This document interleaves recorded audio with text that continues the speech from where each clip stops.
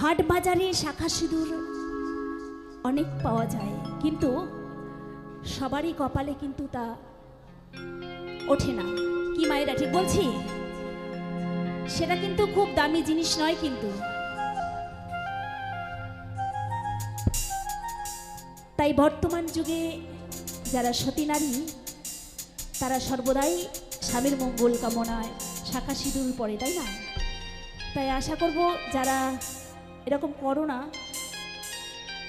না, এটা ভুল করছো, হ্যাঁ পড়বে কিন্তু। তাই কি বলছি, গানে ভাষায় শুনবো। শত শত টাকা দিয়ে কেনা যায় সিঁদুর, পরা যায় না যদি কপালে না লেখা থাকে তা। ও যদি কপালে না লেখা থাকে তা।